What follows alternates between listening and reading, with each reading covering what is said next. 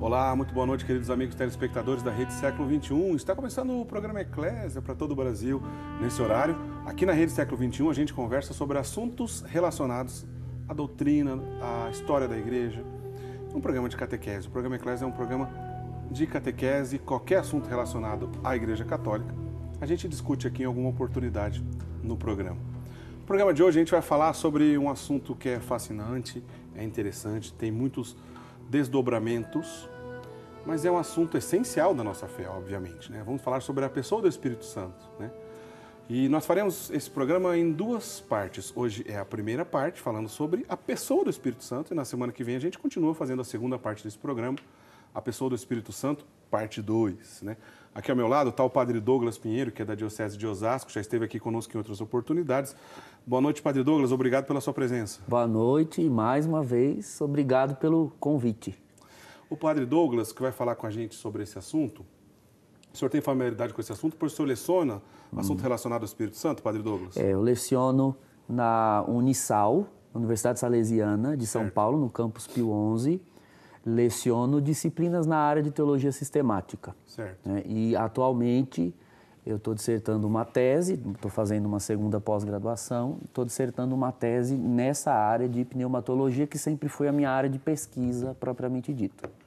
Então, pensando nisso, nós convidamos o Padre Douglas para que a gente possa conversar sobre assuntos interessantes relacionados à pessoa do Espírito Santo, entender um pouco mais. E aquela máxima que a gente sempre repete aqui no programa, né? Quanto mais a gente conhece, mais a gente tem a oportunidade de amar a nossa fé, as coisas relacionadas à nossa fé. Há conceitos que a gente passa e ouve todo dia, mas que às vezes a gente não para pensar, né? Para a gente começar a nossa conversa, Padre Douglas, daqui a pouco, na sequência, eu vou perguntar o que o Espírito Santo não é. Mas primeiro, o que ele é? Quem ou o que é o Espírito Santo? Definição clássica da Igreja, a terceira pessoa da Santíssima Trindade. Uma das grandes novidades que Nosso Senhor nos trouxe foi a revelação sobre a identidade de Deus. Certo. Então, a ideia de que Deus é um único Deus, ela foi revelada já ao antigo povo de Deus, né? Ao povo de Deus, por meio de Moisés e no deserto. Então, ouve Israel, o Senhor é o único Deus, o Senhor é um só.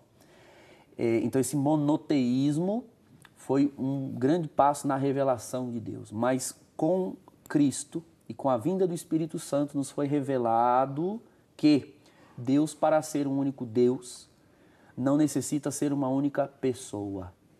Ele é um único Deus, porém três pessoas participam dessa mesma natureza divina, dessa mesma substância, para usar o termo técnico da teologia. E três pessoas, portanto, são o único Deus. O Pai, a primeira pessoa, o Filho, a segunda pessoa, e o Espírito Santo, a terceira pessoa. Porém, quando nós dizemos que existem três pessoas na única divindade, né, três pessoas, nós não estamos com isso dizendo que existe uma hierarquia. O Pai não é a primeira pessoa porque é o primeiro em poder. É a primeira pessoa porque, na ordem das relações dessas três pessoas, o Pai possui um primado, vamos assim dizer, mas não é um primado temporal, né? É um primado eterno. O que existe na Trindade não é uma hierarquia, mas uma monarquia, ou seja, os três possuem o mesmo poder, a mesma natureza, e os três são o mesmo Deus. Então, o Espírito Santo é a terceira pessoa nesse sentido. Obviamente, pensando nessa pessoa do Espírito Santo, um ser eterno, portanto, se ele é Deus, ele é eterno, mas tem muitos atributos dados ao Espírito Santo que é confundido o próprio atributo com o Espírito Santo em si, né? E nesse sentido, seja esse atributo que é dado ao Espírito Santo, ou seja a confusão mesmo no entendimento desse conceito de quem é o Espírito Santo, o senhor poderia responder para a gente o que o Espírito Santo não é e acrescentando, aumentando, o que o Espírito Santo não faz? Olha, existem atributos e existem figuras. Certo. Então, atributos, nós costumamos dizer que são faculdades que imediatamente se associam a uma pessoa da Trindade, mas que não necessariamente são realizadas apenas por ela. Então, vamos exemplificar para não ficar complicado. Nós atribuímos ao Pai a criação. O Pai é criador. Certo. Agora, é claro que o Pai não cria só. Ele cria por meio de um instrumental, que é o Filho, o Verbo, a palavra. De que modo o Pai cria? Dizendo, faça-se. Então, esse faça-se é o Filho. Agora, a palavra, ela procede da boca do Pai, para usar aqui um antropomorfismo, uma forma humana, procede da boca do Pai e vai de encontro ao nada para gerar do nada algo. O que leva a palavra do Pai até o nada para do caos gerar o cosmos, né? Para do nada gerar algo, o Espírito.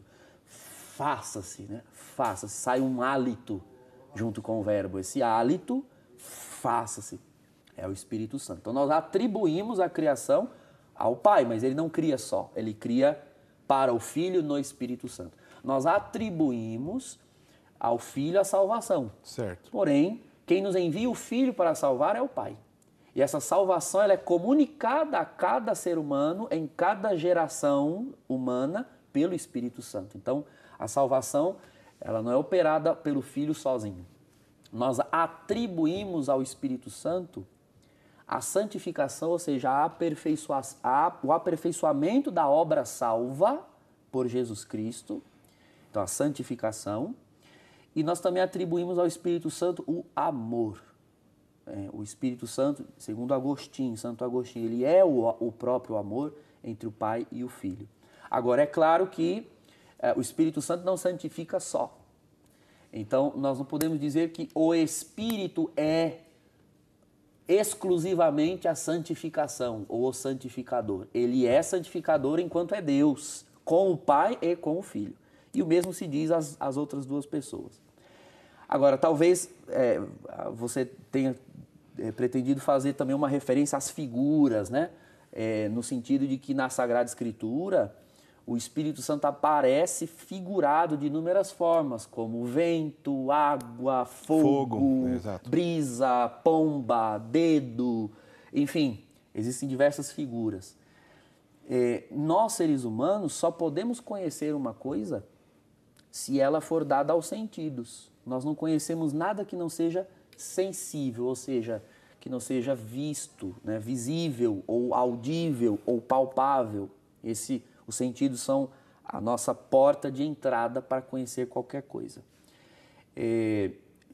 Justamente pelo fato de que o Espírito Santo é Espírito, em si mesmo ele não se apresenta aos sentidos. Então, para que o homem conheça a ação de Deus, dependendo da ação que está realizando, ele figura aquela ação, utilizando-se de meios, né, figuras mesmo, né, elementos, essa era a palavra. Deus se utiliza de elementos para se apresentar. Então, o Espírito Santo, quando ele realiza uma ação purificadora no homem, ele se apresenta figurado por um elemento material que, por nós seres humanos, é associado com purificação. No caso, a água. Certo. Então, é um momento, ele se manifesta como uma água, mas ele não é uma água, ele é Espírito. Agora, se o Espírito Santo, ele, por alguma razão, está realizando um ato de transformação, está mudando, alterando uma realidade e tornando em outra. Então ele aparece como fogo. Certo. Porque é próprio do fogo alterar a forma de tudo aquilo que ele toca. Quando o Espírito Santo realiza, né, um ato de capacitação, de fortalecimento ou cura, então no Antigo Testamento ele aparece como unção, que diz respeito ao uso do óleo. Porque o óleo no mundo antigo, não só no mundo antigo, na atualidade também de certa forma, o óleo é usado para massagear, para curar, para fortalecer, ele é usado como remédio, unguento, anti-inflamatório, etc. Então, aquilo que o Espírito Santo realiza na alma é algo muito mais próprio comparado com aquilo que aquele elemento realiza. Então, diversos elementos desses são até paradoxais, contraditórios entre si. Nós sabemos que água e óleo não se misturam. E, no entanto, tanto água quanto óleo figura o Espírito Santo. Então, isso tudo para dizer que o Espírito Santo é a ação de Deus.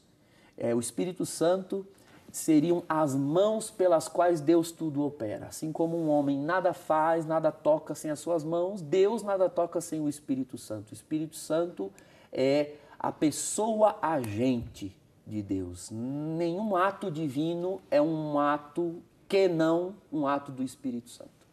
Sempre foi assim? Ou esse tipo de ação de Deus teve uma data que a gente consegue identificar o início desse tipo de ação?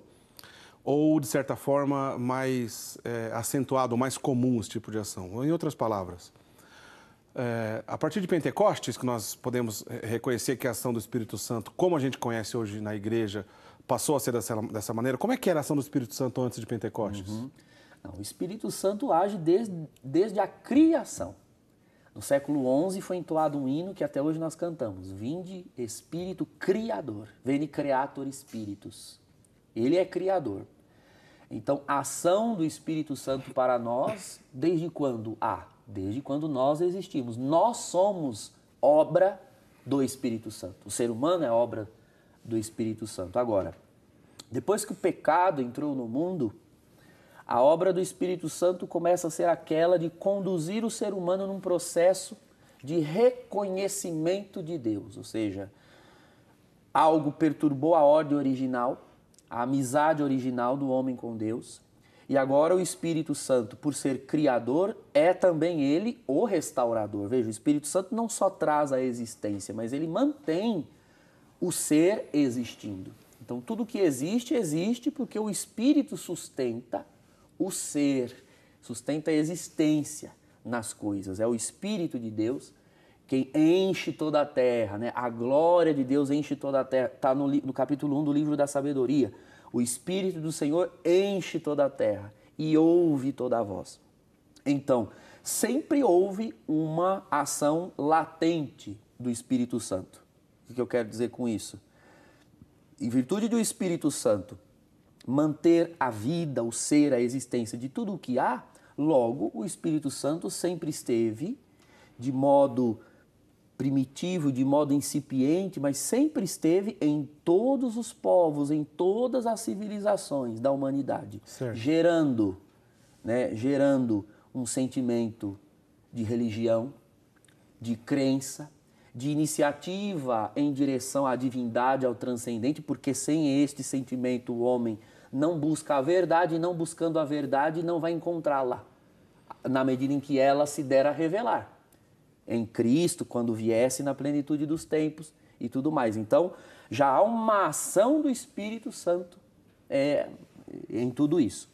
Agora, é claro que o Espírito, ele emerge de forma condensada, consistente e clara na encarnação de Jesus Cristo, da segunda pessoa da Trindade. Então, quando o Pai envia o Filho à humanidade, o Pai envia e o Espírito traz. É o Espírito quem encarna o Verbo de Deus, o Filho de Deus, no ventre da Virgem Maria, faz com que o Espírito Santo cria, né? Tem que tomar cuidado com a palavra cria relacionada sempre ao Filho, né? O Espírito cria um corpo ao Filho que é incriado, que é gerado, que é eterno. Mas o corpo, a carne do Filho de Deus, essa é gerada a partir da matéria humana na Virgem Maria. Quer dizer, torna possível no tempo e no espaço que se torne visível aquilo que até então era invisível. Exatamente. É o Espírito Santo quem opera isso, porque se nós estamos falando de um Deus que não cabe em lugar algum, mas desejou caber no ventre de uma mulher, nós estamos falando então de um ato criador. Algo sem nenhum precedente vai acontecer. Ora, quem é a pessoa da Trindade responsável por trazer à existência o inexistente? O Pai com o poder do Espírito Santo. Isso está claro ali em Gênesis capítulo 1. O primeiríssimo versículo da Bíblia já cita o Espírito. No princípio nada havia, o Espírito pairava sobre as águas. Essa expressão, o Espírito pairava sobre as águas, é o modo da Escritura dizer que o Espírito é quem tira as coisas do nada e as torna algo, as torna um ser. Então, é o Espírito quem cria a humanidade para o Verbo de Deus e o unge, está lá em Atos 10, né? O Espírito ungiu a Jesus com poder, e todo o ministério de Jesus só é operado porque a pessoa do Espírito está sobre ele. Isso é evidenciado no batismo no Jordão, mas não é porque é evidenciado que não era pré-existente. O Verbo de Deus, o Filho de Deus, é desde toda a eternidade ungido pelo Espírito Santo, mas ali há uma revelação pública, uma manifestação, uma epifania de uma realidade que até então só era conhecida pelo próprio Filho. Então, no Jordão, o Espírito se manifesta como uma pomba, é uma figura divina já conhecida, também no livro do Gênesis, no capítulo 6, Noé solta uma pomba e ela traz um ramo de oliveira, né, revelando a Noé que agora há esperança, que o gênero humano em Noé agora tem salvação. Então, a pomba é aquela figura de uma ação de Deus revelando onde está a salvação. Esse ramo de oliveira no bico do pombo é figura de Cristo. Ele é a oliveira, ele é a videira, ele é a oliveira, como Romanos 11 diz, né? Ele é a oliveira na qual nós fomos enxertados. Então ele se manifesta ali como uma pomba, mas ele não é uma pomba. Já falamos sobre as figuras. E o Espírito Santo é aquela pessoa divina, prometida já desde o Antigo Testamento pelos profetas e prometida por fim pelo próprio Jesus Cristo, que no capítulo 16 de São João diz: eu enviarei, eu alcançarei para vós, do Pai, um outro paráclito, um outro advogado. Por que outro? Porque ele próprio, Jesus, é o advogado. Eu alcançarei para vós um outro advogado, que vos consolará, que, enfim, fará no meio de vós o que eu tenho feito pessoalmente, só que eu vou para o Pai. Então, necessitareis de um outro advogado, porque eu vou para o Pai. Quem é esse advogado? O Espírito Santo. E ele mesmo diz em João 16... teria muitas coisas a vos revelar agora, mas não estáis prontos para compreender. Quando, porém, vier o Espírito da verdade, ele revelará. Então, o Espírito Santo é a pessoa divina cuja missão é continuar a missão do Messias. A missão do ungido permanece no mundo pela unção. Nós recebemos a própria unção do ungido, que é o que quer dizer Cristo, ou Messias, né? O ungido. A unção do ungido foi dada a nós. E é o Espírito Santo quem agora, de maneira plena e perfeita, conduz a igreja no mistério da revelação divina. Então o Espírito revela a nós quem o Pai é e quem o Filho é, de maneira perfeita. O Filho revela o Pai e o Espírito revela o Filho. Talvez aqui resida a grande dificuldade humana que há num reconhecimento mais profundo daquilo que é a pessoa do Espírito Santo. Existem alguns autores que chamam o Espírito Santo, aqui no Ocidente principalmente, de um velho desconhecido ou esquecido. Por quê? Porque se há algo próprio nas pessoas da Trindade, é o amor promotor. Ou seja, uma pessoa da Trindade não vive para si mesma. O Pai não ama a nada que não o Filho. E o Filho não ama a nada e a ninguém do que o Pai. No mesmo amor que é o Espírito Santo. Veja que todas as vezes que você tem no Novo Testamento um diálogo entre o Pai e o Filho, você tem o Filho orando ao Pai, como no Tabor, e o Pai respondendo: esse é o meu Filho muito amado. Você tem ali o Cristo fazendo a vontade do Pai no Jordão e o Pai respondendo: esse é o meu Filho muito amado. Então, um sempre se refere ao outro. E o Espírito faz a mesma coisa. O Espírito não se revela a si mesmo.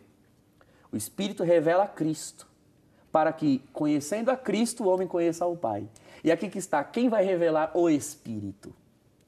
a igreja vai revelar. É preciso, nós só conhecemos a personalidade do Espírito observando os seus rastros, né? A sua manifestação, a sua ação. Então, assim como o vento, nós sabemos do que o vento é capaz, o que o vento é capaz de gerar, fazer, enfim, porque ele deixa os seus rastros na areia, nas folhas. Então, ele não pode ser visto, não pode ser pego, mas ninguém questiona a sua existência e a sua ação. O vento também é uma figura do Espírito. Como saber qual é o temperamento, vamos assim dizer, do Espírito, uma vez que ele é uma pessoa divina, ora, é próprio da personalidade ter temperamento, ter atitude, enfim, como conhecer o Espírito Santo? É necessário observar no corpo do Cristo, no corpo místico. Que é a própria igreja. Que é a própria igreja, e não só, observando a criação, uma vez que é Ele, a pessoa divina que mantém o ser de todas as coisas, então observando a criação, o mundo, a história da humanidade, em comparação com a igreja, que é onde está contida a plenitude da revelação de Cristo, você consegue observar quem é o Espírito. Então, na verdade, o trabalho teológico da pneumatologia, que é a área da teologia que estuda a pessoa do Espírito Santo, eu costumo dizer que é um trabalho de garimpo, porque a cristologia ela é mais evidente, por exemplo. É verdade. O Cristo é encarnado, então andou, falou, houve quem o tocasse, quem o visse. O próprio São João diz na primeira carta, o que vimos e ouvimos, o que tocamos do verbo da vida, isso é o que nós os transmitimos. Mas o Espírito Santo? Bom, o Espírito Santo, ele não fala de si em momento algum. Ele revela a Cristo o tempo todo, a Cristo. Onde o Espírito age, ele só se remete às pessoas da Trindade que não ele. Eu disse no bloco anterior que logo de cara eu iria perguntar a ele sobre um assunto que deu muito pano para manga na história da igreja, né, Padre Douglas? Aquela parte do creio, quando a gente reza, especialmente na versão do credo niceno constantinopolitano, essa palavra é difícil, que diz que o Espírito Santo procede do Pai e do Filho, e com o Pai e o Filho é adorado e glorificado. De certa forma, houve muita discussão, especialmente em alguns setores de patriarcados orientais, principalmente no patriarcado de Constantinopla, que logo de cara não aceitou isso, a famosa questão da filioque, né? O que significa essa questão? E conta um pouco para a gente dessa confusão que tanto rendeu para a igreja. Essa é uma história de quase 400 anos, né? Ela tem muitos pormenores, não dá para dizer absolutamente tudo. O fato foi o seguinte: houve uma heresia no início do quarto século, ali pelo ano 300, certo, chamada arianismo, que contestava a divindade de Jesus Cristo. Então, para Ário, Jesus não seria Deus. Certo. Né? E também não seria homem como nós somos. Ele tinha uma teoria, tá? Não vamos discorrer muito aqui, mas Jesus não seria nem homem como nós e nem Deus como o Pai. Certo. Ele seria uma criatura, a primeira, a mais bela, a mais perfeita de Deus, mas não Deus mesmo. Ário era de Alexandria, no Egito, patriarcado de Alexandria, portanto uma igreja relevante, tudo que dali vinha, em termos de teologia, era muito considerado. Certo. Haja visto o fato de que na igreja do século IV, disse que 70% a 80% do cristianismo era ariano. Era ariano. Eu li um autor uma vez que dizia: o cristianismo como nós temos hoje é a heresia vencedora. Porque geralmente, é uma brincadeira, né? Entendi. Claro. Mas porque geralmente a heresia é uma minoria. Só que não, naquele período, a maioria do cristianismo no mundo acreditava como ário. Grandes santos enfrentaram essa dificuldade. Exatamente, Santo Atanásio, depois famoso. Irineu de Lyon. Irineu de Lyon já pegava algo do gnosticismo que viria a engendrar lá na frente, mas foi Santo Atanásio, Basílio de Cesareia, Gregório Nazianzeno enfrentaram aquilo. São Nicolau. Período. Exatamente.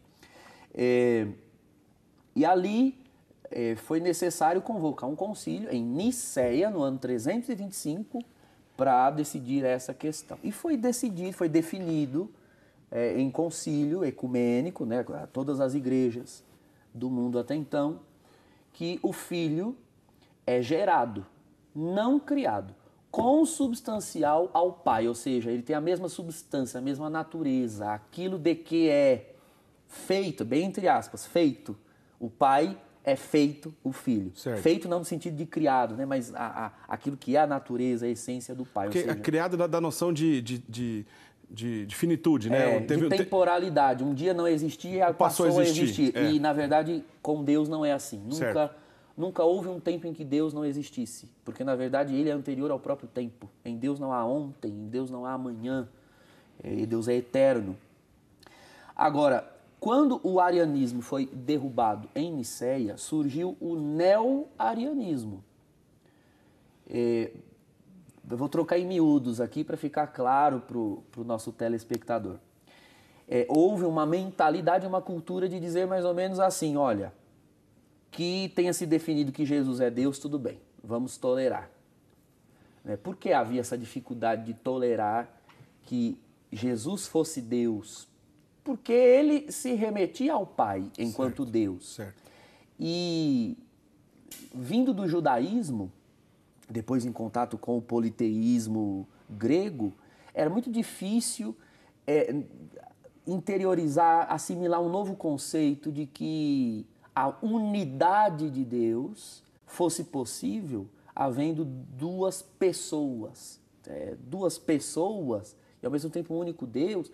Essa coisa de união substancial é muito difícil. Então, na verdade, o arianismo queria preservar a unidade, a unicidade de Deus, ou seja, Deus é um só. Se eu disser que Jesus também é Deus, será que eu não estou propondo aqui um biteísmo, né? O Sim. Pai e o Filho são deuses?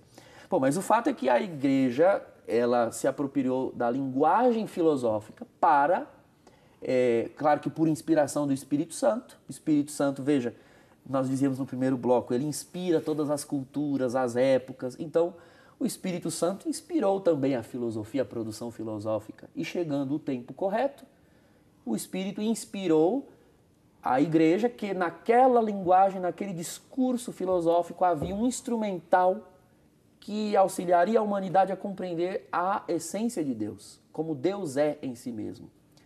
E se usou, né, da linguagem filosófica, de substância, etc., que aqui caberia uma série de explicações. E então esses neo-arianos disseram, olha, que Jesus seja Deus, tudo bem, agora não me venham com esse mesmo discurso relacionado ao Espírito Santo. Então surgiu o chamado movimento pneumatômaco, como nós chamamos, que foi engendrado por um bispo do antigo patriarcado de Constantinopla, onde hoje é Istambul, na Turquia. É um patriarcado antigo, uma sede antiga da igreja, portanto, assim como a Alexandria, como eu havia mencionado, tudo o que dali procede tem grande relevância e peso na vida da igreja. São bases da pentarquia, né? Sim, as 5 grandes primeiras igrejas, né? Então, Jerusalém, Constantinopla, Alexandria, Antioquia e Roma, a pentarquia. Então, Constantinopla tinha um bispo chamado Macedônio, e ele dizia justamente isso, né, de que o Espírito Santo é uma força de Deus, um servo de Deus, um diáconos tuteu, um servo de Deus, né, um diácono de Deus, mas não pessoa divina. Então a heresia também é chamada de macedonismo, porque era Macedônio quem engendrava esse pensamento. Macedônio tinha um grande amigo, bispo também, bispo da igreja de Cesareia, São Basílio, chamado Basílio Magno ou Basílio de Cesareia. Eles eram muito amigos e provavelmente por causa dessa amizade, Basílio às vezes se furtava em bater de frente com Macedônio, mas eles trocavam muita correspondência sobre esse assunto. Macedônio já estava decidido, obstinado, de que o Espírito não era Deus. Certo. Havia também um outro bispo muito próximo de Basílio, que era Gregório, bispo de Nazianzo, então Gregório Nazianzeno, que já era uma pessoa mais temperamental e muito firme na fé de que o Espírito Santo é pessoa divina. Ambos cobravam um parecer, uma postura do bispo de Cesareia, certo. Basílio. Então, Basílio, isso você vê no Tratado do Espírito Santo de São Basílio de Cesareia. É uma obra que tem traduzido para o português, é fácil de encontrar. Você vê ali na introdução que ele não queria perder a amizade com Macedônio, era alguém que ele amava, mas também amava Gregório, enfim, ele ficou naquele fogo cruzado. Mas o fato é que ali, antes do ano 379, ele redige o seu tratado, no qual ele, São Basílio, é propenso à teologia de Gregório Nazianzeno. De fato, tudo indica que o Espírito é pessoa divina. Basílio de Cesareia falece em 379. Certo. O concílio de Constantinopla foi convocado 2 anos depois. 381. E quem se apropria do Tratado de São Basílio e leva aquilo como matéria para o concílio é Gregório Nazianzeno, para atacar a heresia pneumatômaca de Macedônio. Certo. E o que prevalece como doutrina é justamente o conteúdo do Tratado do Espírito Santo de São Basílio. Ou seja, São Gregório Nazianzeno foi a voz de Basílio de Cesareia no concílio de Constantinopla. E ali acrescentou-se ao credo de Niceia, né, o niceno, a fórmula de Constantinopla. Creio no Espírito Santo, Senhor que dá a vida, né? Credo in Spiritum Sanctum, Dominum et vivificantem, que procede do Pai, e com o Pai o Filho é adorado e glorificado. Alguém pode escutar aí em casa dizer, tá faltando alguma coisa. Tá faltando alguma coisa. A gente não diz na missa, e procede do Pai e do Filho? Então, verdade seja dita, verdade histórica. Aqui, provavelmente, muitos que nos acompanham talvez nunca ouviram falar sobre isso. Historicamente, no credo constantinopolitano, não havia essa expressão e do Filho, que em latim se produzia filioque. Então, em latim se diz assim, credo in Spiritu Sanctum, Dominum et vivificantem, qui filioque procedit, né? Que procede do Pai e do Filho. Esse filioque e do Filho, em Constantinopla não havia. Certo. Por quê? Porque a discussão teológica ali girava em torno da relação das pessoas da Trindade nela mesma. Ora, lá na Trindade, o Espírito procede do Pai para o Filho. Então ele procede do Pai para o Filho, lá na Trindade. Numa relação específica, se a gente for pensar, apenas específica dentro da própria Trindade? Exatamente, que em teologia nós chamamos de Trindade imanente, ou seja, certo. Quando nós abordamos a relação das pessoas da Trindade nelas mesmas. Certo. A Trindade em si mesma, o que é? O Pai que gera o Filho e expira, esse expira em teologia se escreve com S, porque expira com X é um vento que sai para fora de você. E não é um vento, aqui, entre aspas, né? Não é um vento que sai para fora de Deus, porque Deus é a Trindade, é um vento para dentro da própria Trindade, que é do Pai para o Filho. Certo. Então expira com S. O Pai gera o Filho e expira o Espírito. Por quê? Porque ele ama o Filho eternamente e esse amor vindo do Pai é a pessoa do Espírito Santo. Santo Agostinho de novo aí. Exatamente. O Agostinho dizia, o Pai é o amante eterno, o Filho é o amado eterno e o Espírito é o amor eterno. O amor entre o amante, Pai, e o amado, Filho. Então essa é a figura de Agostinho no Tratado De Trinitate, sobre a Trindade. Então, em Constantinopla, a questão girava em torno da procedência das pessoas da Trindade, em relação do Filho, Niceia, e do Espírito, Constantinopla, em relação ao Pai. Então, o credo niceno-constantinopolitano pretende formular para os fiéis qual é a fé da Igreja em relação à imanência da Trindade, ou seja, das relações das três pessoas da Trindade entre si, tá? Isso Constantinopla. Então, no texto original de Constantinopla, você pode consultar nos livros de História do Dogma, você pode consultar lá no dicionário do Denzinger, na História do Dogma do Sesboé, vários livros, manuais de dogmática, etc. Você verá que o texto original diz, procede do Pai. E com o Pai e o Filho é adorado e glorificado. Tá. Até aqui tudo bem, século IV. Quando foi lá no século XI Já havia aqui, vejam que eu estou pulando séculos de história. A história demonstra que já havia algumas querelas entre a igreja de Roma e a igreja de Constantinopla, umas querelas eclesiásticas, mais práticas, institucionais, políticas, vamos assim dizer. E qualquer assunto divergente poria mais fogo nas discussões institucionais entre essas duas igrejas. Era uma disputa de poder, vamos assim dizer. Houve um sínodo em Florença, na Itália, agora vai me fugir a memória a data, mas é antes do século XI, que tratou sobre a Trindade sob outra perspectiva. Eu disse que existe essa Trindade imanente, né? Quando nós olhamos a relação das pessoas da Trindade em si mesmas. Agora, existe uma relação entre as pessoas da Trindade e a humanidade. Só um parênteses, padre, desculpa interromper. Sim. Esse sínodo não se trata, então, no mesmo peso de um concílio de toda a igreja. Não, uma reunião regional. Local, regional, no caso ali na Itália. Certo. Esse sínodo tratou de questões relacionadas à Trindade econômica. O que é a Trindade econômica? A gente associa essa palavra economia com dinheiro, mas na verdade a palavra etimologicamente economia significa o plano da casa, o plano.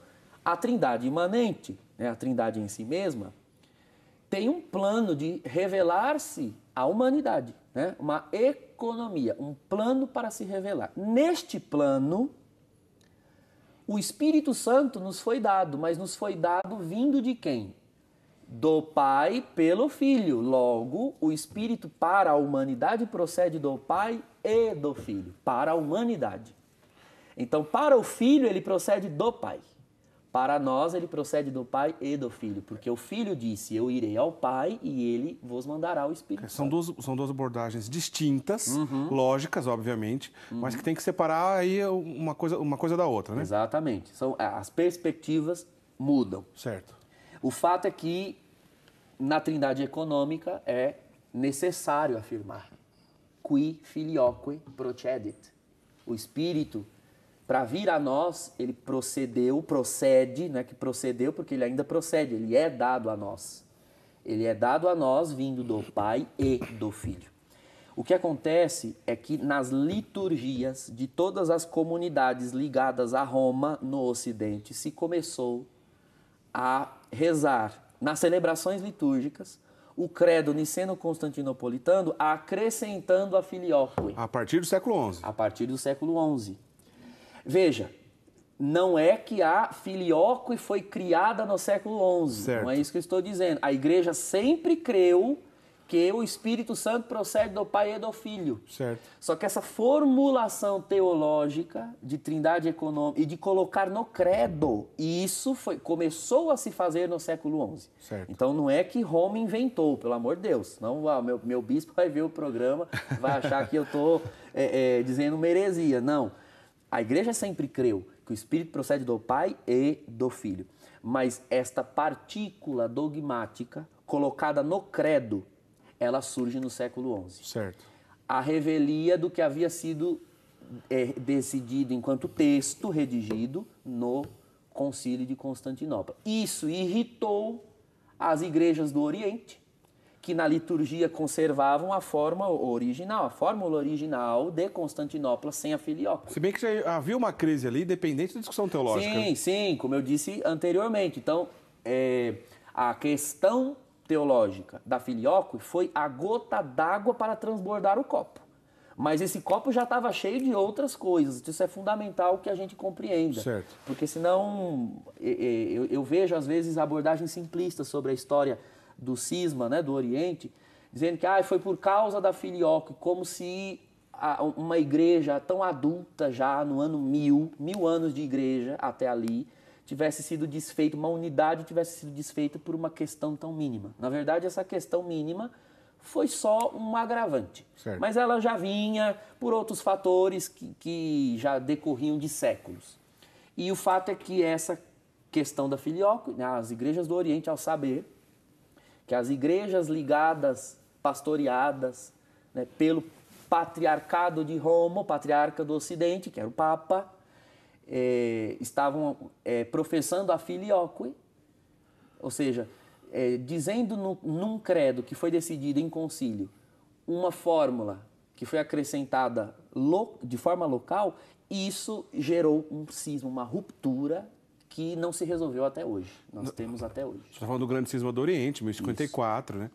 Olha, esse assunto é muito interessante, padre, cheio de pormenores, como o senhor disse, que não dá para entrar em todos eles, mas foi muito boa a sua explicação como um todo. Para a gente encerrar só essa discussão e ir para o intervalo, que eu tenho mais coisa ainda para perguntar, até hoje, essa questão que não está 100% resolvida, quando a gente fala Oriente, obviamente não dá para generalizar. A gente está falando mais relacionado à Igreja de Constantinopla. Sim. E uma forma como era chamada antigamente, né, o Patriarcado do Ocidente, que é Roma. Né? Essa questão não é resolvida até hoje. Se um católico, por exemplo, decide ser, por alguma razão, decide se tornar ortodoxo, ele tem que abrir mão desse detalhe da fé dele relacionado a essa filioque? Tem. Infelizmente, é de duplo sentido essa mão. Alguém que venha da Igreja Ortodoxa para a Igreja Católica deve fazer uma profissão pública de fé na filioque. E alguém que passa da Igreja Católica para a Igreja Ortodoxa faz uma rejeição, uma renúncia da sua fé na filioque. Isso eu posso afirmar porque eu já vi, não pessoalmente, já vi vídeos, né, em que se fazia esse rito de um padre vindo do rito latino, indo para a Igreja Ortodoxa, deixando a Igreja Católica, e no rito ele deve ali renunciar a uma série de elementos da fé católica, não só a filioque. Certo. Tá? Existem outros, mas há sim feito uma renúncia. Isso é bastante delicado do ponto de vista ecumênico, né, para tentar fazer com que as igrejas dialoguem, busquem um ponto de unidade, porque na minha apreciação teológica é uma questão de perspectiva e uma questão de história, que precisaria se sentar também. Não é simples, né? Não é tão simples resolver, mas acredito que haja um longo caminho a se fazer. O fato é que ainda hoje há essa animosidade doutrinal.